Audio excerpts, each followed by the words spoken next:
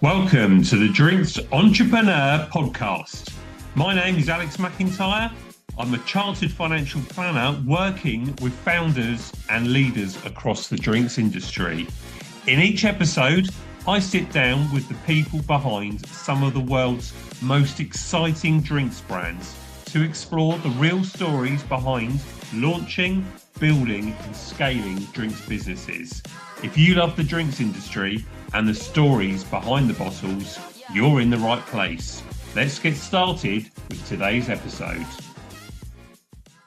Hi all, so I've got Alex Brogan here from the not yet named wine company. So it's great to have you on the Drinks Entrepreneur podcast. Alex, welcome. Thank you very much for having me. How are you doing?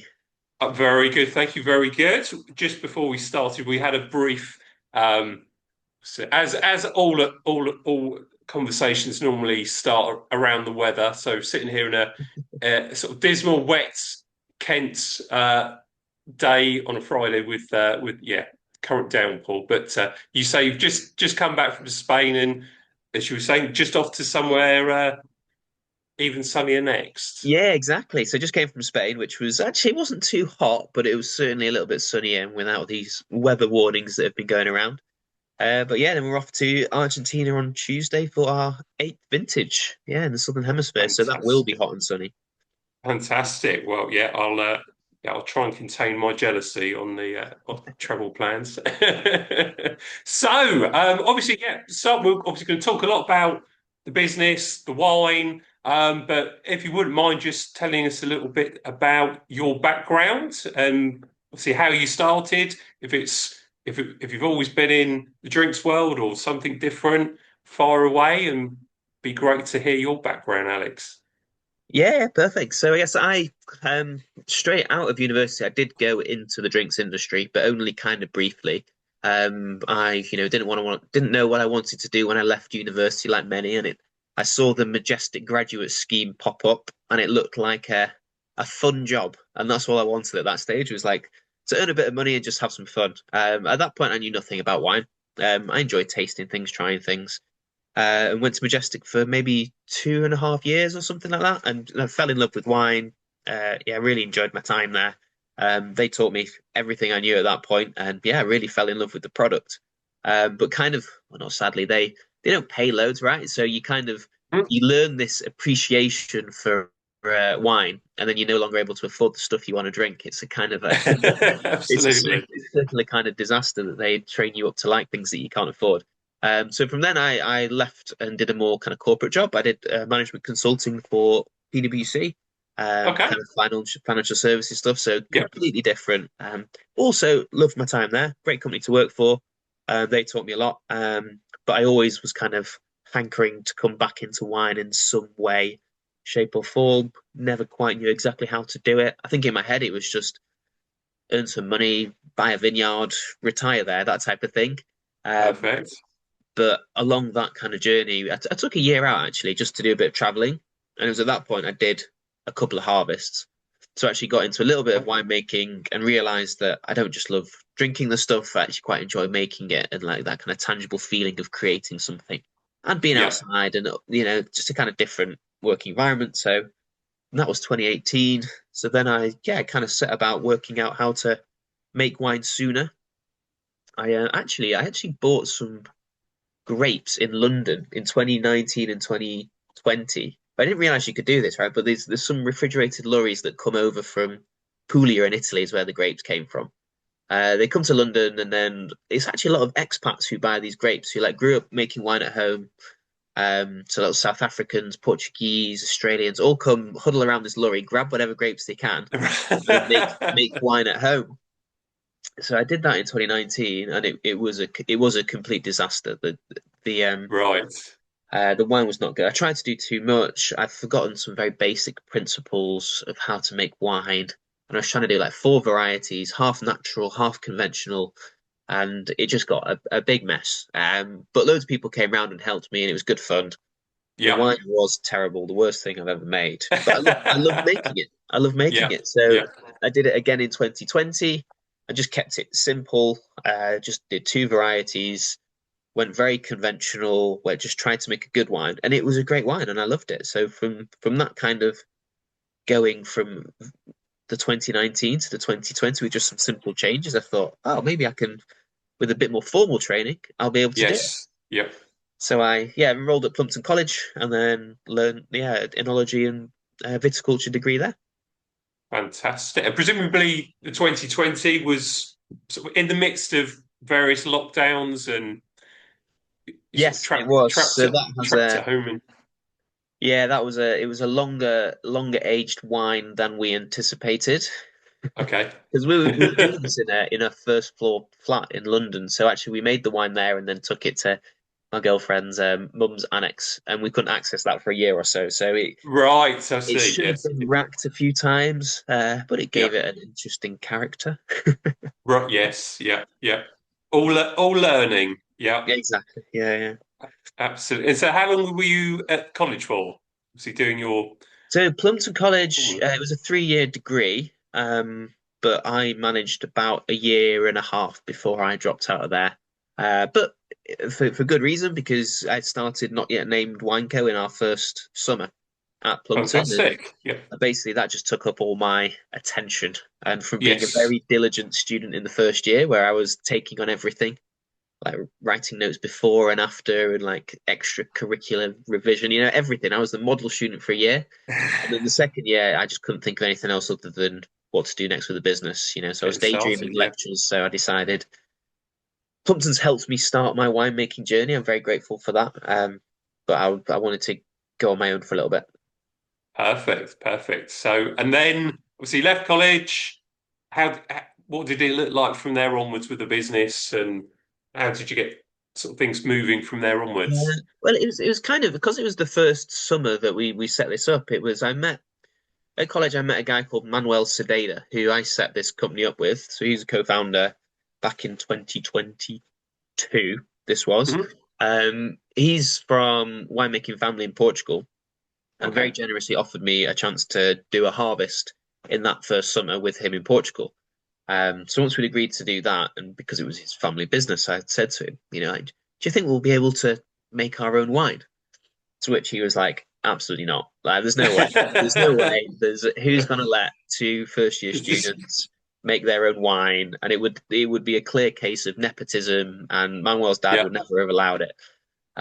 So I said, okay, fair enough.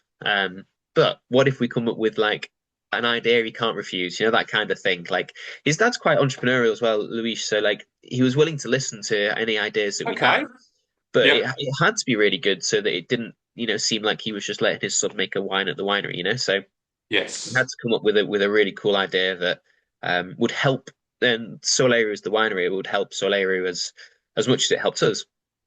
So yeah, we were sat in the canteen at Plumpton, just like trying to think of ways to, create something special. And like one of the main ideas was like, if we want to make wine and we went with the money available to buy the Mm, wine, and we knew exactly how much to make, then that would be a kind of a proposition that no one would say no to. Selling wine's the hardest absolutely. part of winemaking. It's kind of a well-known fact that making it's easy, but getting people to buy it's the harder bit. Yes. So that's what we did. We sold the wine beforehand, which then I guess brings us on to what Not Yet Named is Mm, as a yeah. concept and as a premise, Yeah, and definitely. how we managed to get the two first year student winemakers to sell wine to people before it's made, before they've ever made wine commercially themselves before. Absolutely. Well, what a feat. So how and what was the process behind that? What was the marketing, the selling the concept, getting the Yeah, well, word so out there, everything? yeah, well, it starts with the concept, right? So the idea being that if people were to buy this wine before it was made, we'd have to give them something really cool in return. And Mm, the idea we had was first we were thinking about, oh, we'll kind of document the process. We'll show what it's like to people making their first wine and all like the decisions that we have to make. And I think growing up in the UK and at Majestic, we didn't really have our own winemaking scene, so we got variety, right? We have any type of wine you want in the UK, we have it. And as a result, I think I didn't really have a preference for what kind of wine we were going to make. okay. Yeah. So at that point, we thought, with all these interesting decisions, what if we just let all our members decide what we were going to do? So we had this kind of democratic concept where for every kind of stylistic winemaking decision that we have, we would send an email out to our members with the options, what we can do, the pros, cons of each, the risks, what it might Yeah. taste like, whether Yeah. you do A or B, and all the technical information they need to make a decision, and they vote, and whatever the majority is, we do it. So we've done that, and we voted on pretty much everything. Like the Solero is a Alvarinho specialist, so we did start with we're going to make an Alvarinho, but from that Yeah. point on, they chose the site, whether to get the grapes from high up in the mountains or close to the sea. They chose the picking date. They chose whether we whole bunch pressed or macerated. They chose whether it went into barrel, stainless steel, chestnut oak. They chose whether we did Bassage. They did everything really that was Wow. stylistic. We Yeah. let them choose through to naming the wine, which is why we're called not yet named Wine Co. That's where it comes. Yes. The label design, the bottle, everything. Gosh. Fantastic. And has it been that level of detail and the segmenting every just part of the decision making process with every one you produce since then? Every vintage. Fantastic. We've done we're doing a little bit less per vintage Yep. now, I'd say. I was looking at that today. Often because some of the decisions are repeating Mhm. across vintages. I want to kind of keep it fresh and interesting. And for the Yeah. first vintage, I think we had something like 18 or 19 decisions, which I think for the first was exciting because people were loving it. But a lot of our customers are quite busy, so it became a lot of voting. But we Right. kind of Yeah. streamlined it now to more like 10 to 12 votes per vintage. Okay. Yeah. But in harvest, like we're trying to like recreate like a real harvest experience for people who are remote. So you'd have Yeah. a decision every day almost, and you'd have to respond within 24 hours because you've got to make decisions quickly. So for that harvest Absolutely. period, it's quite like, yeah, quick fire. Gosh. And just because I'm from a finance background and sort of thinking of figures and things, and just Yeah. thinking as you're saying that, if you've got potentially a dozen different decisions within each of those, how many options would each of your members have? Between two or three. Two or three. Okay, so Two or three or four, yeah, yeah. the variance I'm thinking of potential Yeah. outcomes is fairly sizable as a Yeah, it's result of huge. And that. I Yeah. think for the first vintage, we tried to plan it out like, like kind of a what's it called, like a tree diagram, right? That Mm, expands with all the decisions to try yeah. and know what would happen if we did all these votes. But after like three or four, the web just gets enormous with all I the bet. options. So we do Yes. just do it live now. Like it is step by step. We don't tend to think about maybe the subsequent decision, but when we're designing votes, we don't think about the fourth or fifth decision. It's just kind of what pops up in the winery, and something always does. Yeah. And when are you going through, I'm just thinking aloud as you saying that, when you go through and obviously you've got a new, the next variation, have there ever been the time or get to a particular point and you're at whatever question nine, Yeah. that part of and you think actually, although I mean, is it just as democratic as it can be? The majority have said answer B. Yeah. Do you ever feel answer B as you're getting through to that stage may not be, you know, the right Yeah. outcome, or do you just roll with it and Yeah, no. We make sure that all the options are good options and only kind of stylistic because okay, mostly like if there was a choice between a good option and a bad option, it's kind of a waste of people's times being like, yeah, do you want to vote for the good one or the bad one? Like it's a yeah, no-brainer. They're always going to go for the yeah, good. So I try and design votes that I can't choose between myself. So you like if I had a clear preference, we just wouldn't vote on it, right? We would yeah, just we yeah, make that decision, and I check the votes with obviously sorry every vintage we do, we collaborate with another winery, so they're part of that uh, option decision option providing process. So I'll check that all the options that we're going to give that they work, and one they have the available equipment to do it, and two that they think it will create a good wine. So yeah. there's a few people in the background making sure that it doesn't go off the rails. But stylistically, it's completely up to the voters. Fantastic. No, that's great. That all makes sense. And then obviously once it's gone through the process and obviously the members have voted, it goes through production. Um, what's the stage from there onwards, in terms of the timeline? When do the members receive the final product, as it Yeah, were? they receive well for the early vintages. They'd receive it when it was ready. So that would be between 12 and 18 months, depending on Okay. whether we're doing a Southern Hemisphere or Northern Hemisphere Yeah. wine.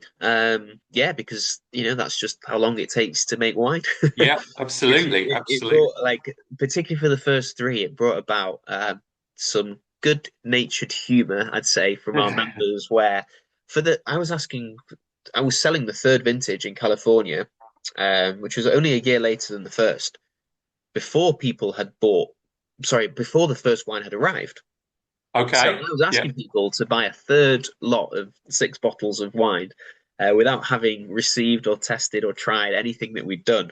So yeah, we became known as, jokingly as this Ponzi pyramid type scheme that was going on where I just kept asking for more and more money from people without ever delivering the goods. So Well, it was it such a sounds relief. like you've got a high level of belief and commitment from your members, so Yeah, they'll believe in the greater good of the concept. yeah, and So when that first wine arrived though, and it was good quality, that kind of yeah, calmed nerves and everything was good from yes, them.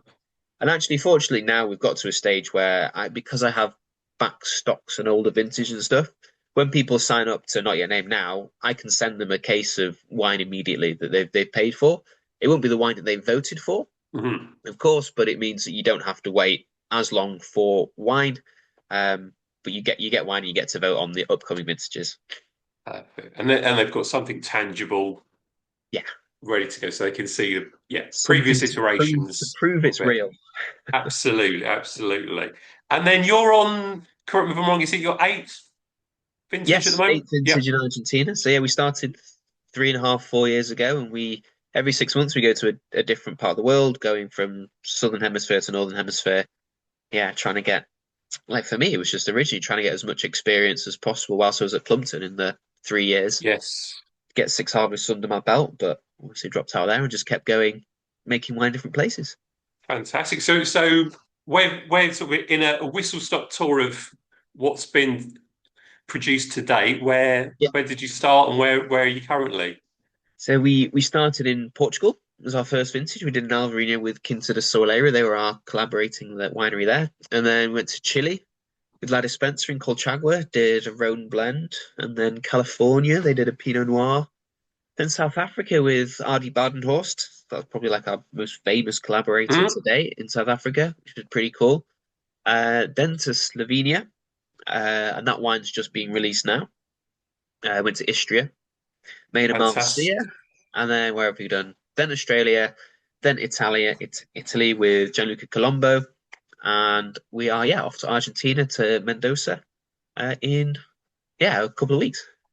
Fantastic. And you've just jogged my memory because you said you had a tasting party last night, and there was a funny story about your Slovenian Yes, produce. yeah. Well, the main theme, and I wish I had a bottle to show you, but the main theme from that whole vintage was we went out.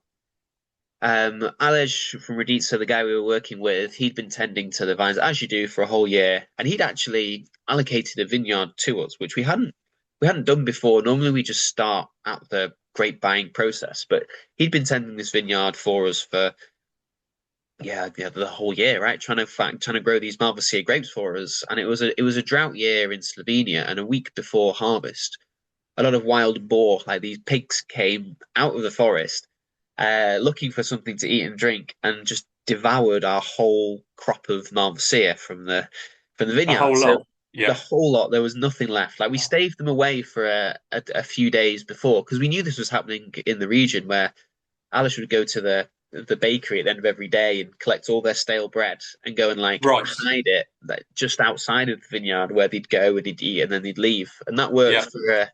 for a few days, but that's only like a temporary measure because they'll keep coming back for the bread and eventually too many pigs and they came and ate all the grapes. So for our first week, having just they voted for Malvasia, so we were desperate to get them this Malvasia grape. And Yes. we drove the length and breadth of Slovenia trying to find whatever we could from the very, very south of Slovenia, where we managed to get just under half of what we needed.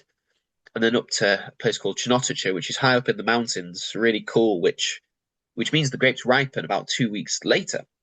Okay. So we had this 2 week period of like just wondering, are the grapes going to make it? This is our last couple of sorry, our Fingers last crossed. maybe Yeah. 500 kilos that we needed. Yeah. And we went and picked them up, and they were still there 2 weeks later. So we were delighted, and we just asked the guy, like, do you not have pigs here? How did you manage it? And he was like, no, no, no. Every night I've sat in the vineyard on a chair with a shotgun, scaring the pigs away. Like, fortunately, didn't have to kill anybody. He just stayed there through the night to make sure no one ate our Malvasia, which was My phenomenal, goodness. phenomenal fun. Yeah. Gosh. And you've not had that or similar problem elsewhere to contend with, or you've Nothing. had something different, no doubt. Yeah, no, nothing to that extent. Like, there's leaking tanks, there's leaking barrels. In fact, we just had in Italy, we put our wine in a foudre, and that started to develop a leak. So we had to move it to our second choice, which was a couple of barriques. There's always little problems, but I think I also quite like telling the story of harvest to people. So this will all be written down in the emails that people receive, and they get to feel like they're part of the problems that happen. Yeah, They yeah, hear it, and yeah, yeah. yeah, Oh, they yeah. get to hear the It'll be reality. quite life would be quite boring situation, or business would be boring if you only portray the fact that we make this, here it is. It was an easy process, no dramas, no problems. Yeah, But like you say, for your members, knowing I wouldn't say struggles, but the obstacles you overcome to get something out there, and it yeah, makes it more exciting and a bit more of a buzz yeah. around it, doesn't it? Exactly. And those pigs have been immortalized on the label and the name. So we've got the name of Right, the I was going wine to was ask that. Yeah. the name for that one was do was it do Istrian pigs dream of electric Malvasia? So like one of the suggestions from a member who referencing an old novel, I think Blade Runner as well was a film based on it. Yeah, to reference these Right. pigs who Yeah. 8 hour grapes, yeah, and they're on the label front and center. Fantastic. There you go. Well, it's immortalized forevermore, then, isn't it? Yeah. Exactly.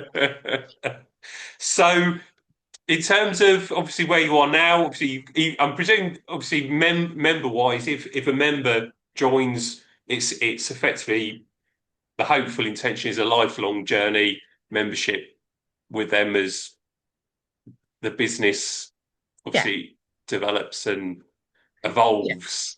That's the idea. So from a business perspective, we've now gone to like kind of more like a subscription model, where people pay, let's say, £180 every 6 months. So they'll get Okay. 6 bottles every 6 months. As I mentioned earlier, it can now be a mix of wines, which is quite important for our business because I think two of the big hurdles that we have to getting people to sign up is one, that risk of what if it's a wine I don't like? Like very simply, like if Yeah. people vote for white and everyone else goes for red and you don't drink red, that can be a bit of a problem. But Yes. Yeah. fortunately, because we've got these stocks in the back, we can offer you 6 whites of something different if the wine's not Okay. to your taste. Yeah. And actually, generally now we're making a couple of wines per vintage and doing a red and a white and starting there. So giving people variety was a big thing that I was trying to get to, and that just kind of took time, really. And also, the other side of the coin is now people don't have to wait 18 months, which was the two big problems. And the trade-off for that is that I try and get people on the subscription model just because I don't have to sell every 6 months. Like Yeah. the people who have actually got annoyed with me for not pestering them too much when it comes to a sale, because people Right. are busy and they Yes. forget to resubscribe. So now I get them on a subscription. It's easy for everybody, and if people Yeah. forget to cancel or whatever, because normally, right, everyone's had it with a subscription. You don't want it when you see a payment go out of your account. So I'll always refund the last payment if that's the case for people. Like I don't want to trap people, but it helps with planning so much to know Yeah. that you're going to have Absolutely. roughly this many people. Um, Yeah. so the subscription was a huge a huge what do you call it decision for us, and it was well worth it. Absolutely. And effectively, yeah, as a business, it's as much as you can ever get in business, it's a known revenue stream continually. Yeah, And I think different you could say obviously with subscriptions and people have lots of, apps and softwares on the computer, gym membership. I mean, anybody that's going to be watching this is probably of the mindset that you're not going to cancel a wine subscription. Probably the gym subscription might go first, I think, if there's a I would but say. less likely for the fun stuff. So yeah, definitely. And then in terms of obviously, I've got obviously just some notes. You've commissioned an artist now for one of the Yes, vintages. yeah, we did for South Africa. It was a friend of mine who also works in wine. And it was a because I kind of feel like this democratic concept can kind of work for so many craft style products. So like I know Mm. like on a drinks project podcast, right? And I see no reason why it couldn't work for spirits or beers Hmm. or like cheeses or coffees, Yeah, anything like that. yeah. Like I think this model would work. And I don't know of anyone else doing it. So I thought as well it would work for art. So we had a friend who was just keen to get some art on a label. He'd Yeah. actually kind of he's called Tom Fry as well. So check out his art if you're into it. It's pretty cool. But we kind of commissioned him to create a piece with some democratic elements involved. So we Right. first let Okay. our members choose between. He had a couple of styles of art. So he had some his older stuff and his newer stuff that were quite Mhm. distinct.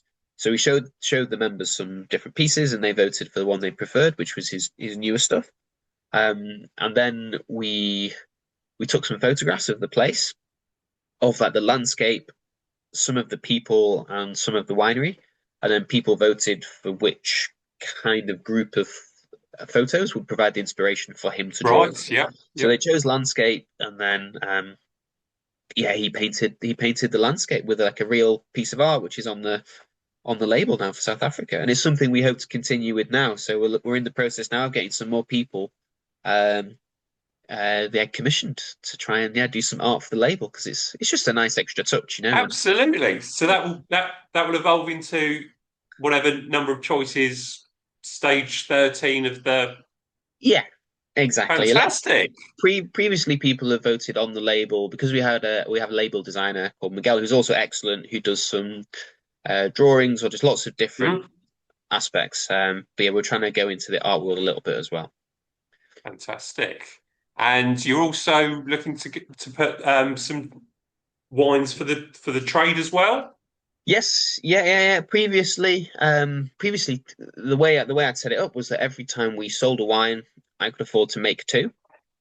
So Yep. in from kind of the second vintage onwards, we made obviously the democratic wine where everyone Yep. votes, and then there was another wine where we, I guess, lovingly called it the dictator wine, where I just did what I wanted.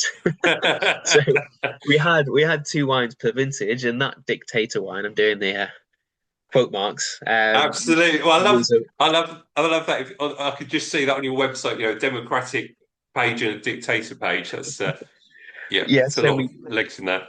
exactly we made this wine for the trade, so we sell that one directly to the trade. Okay.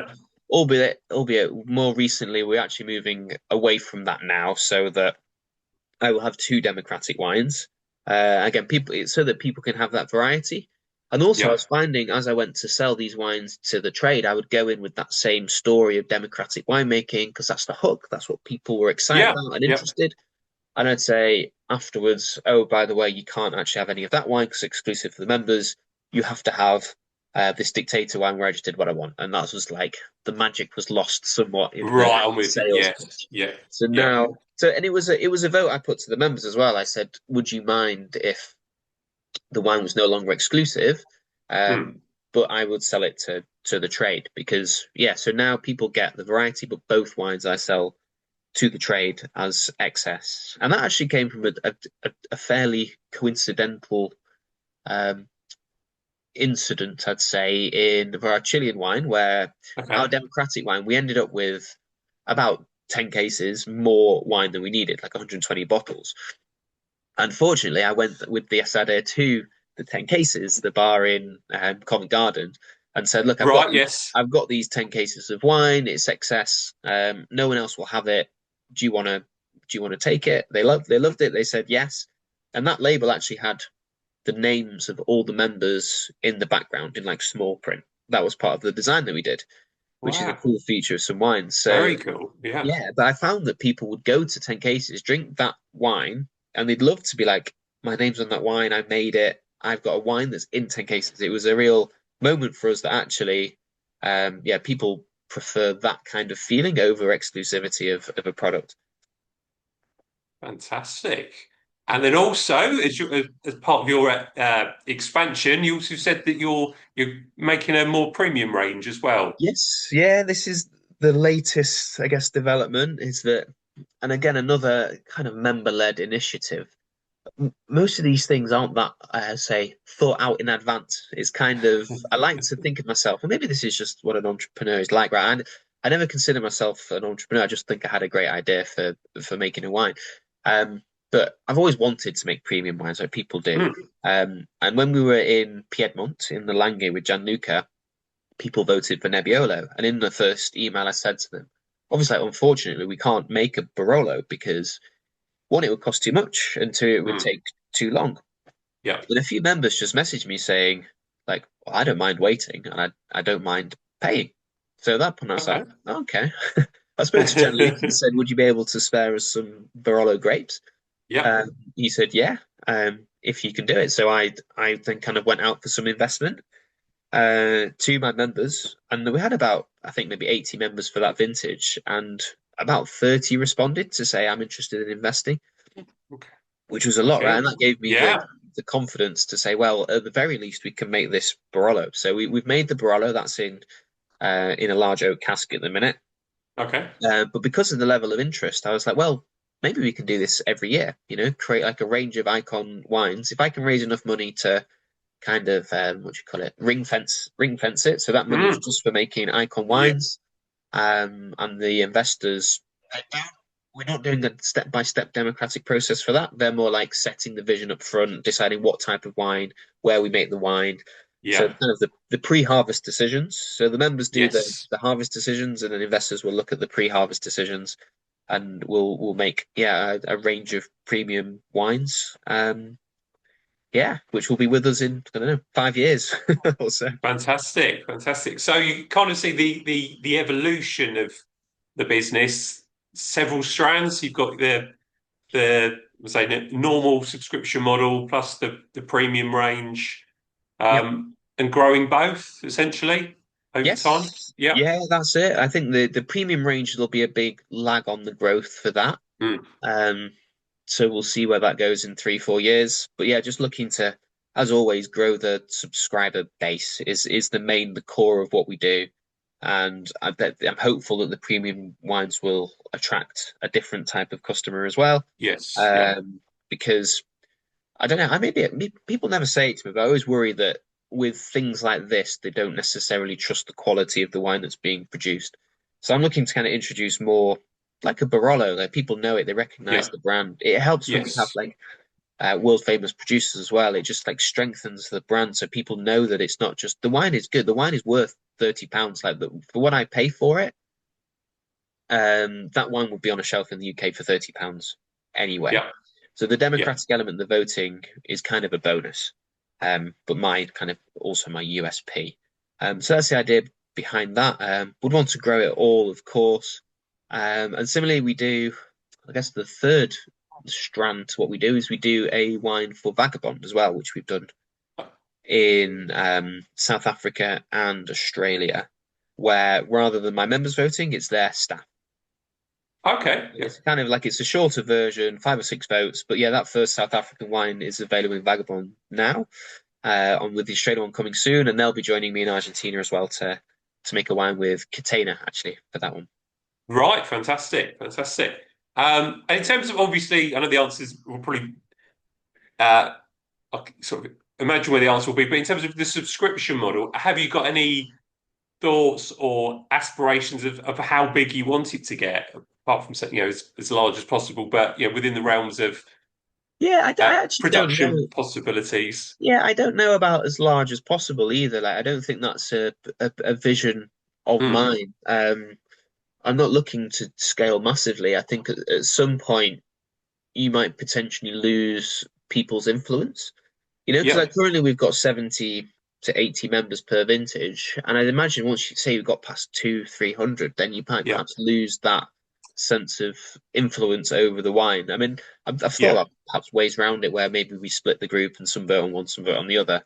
But I think it could get too big. So I'm not looking to go huge with it. But I think in my head, I'd love to make 12 wines per year so that every wine you get would be different, if you wanted to. Fantastic. I know that currently with the Icon series, we might be looking at 8 or 9 wines a year, which would be good. Yeah, but I think I need more subscribers to make that next push.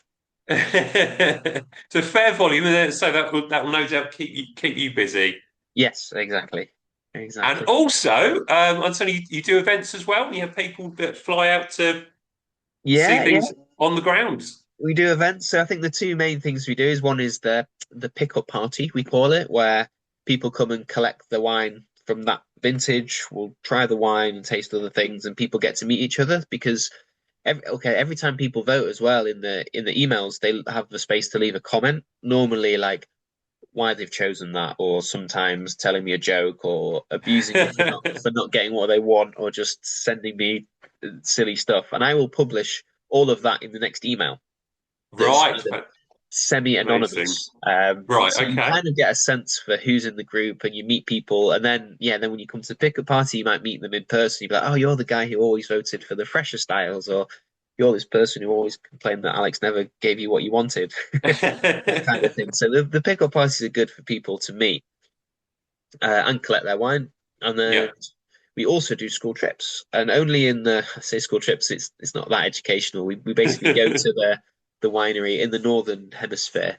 Yeah. So once a year, we'll go out to the region, try our wine in barrel before it's bottled, which is always quite nice. Sometimes we can do votes related to what people are tasting.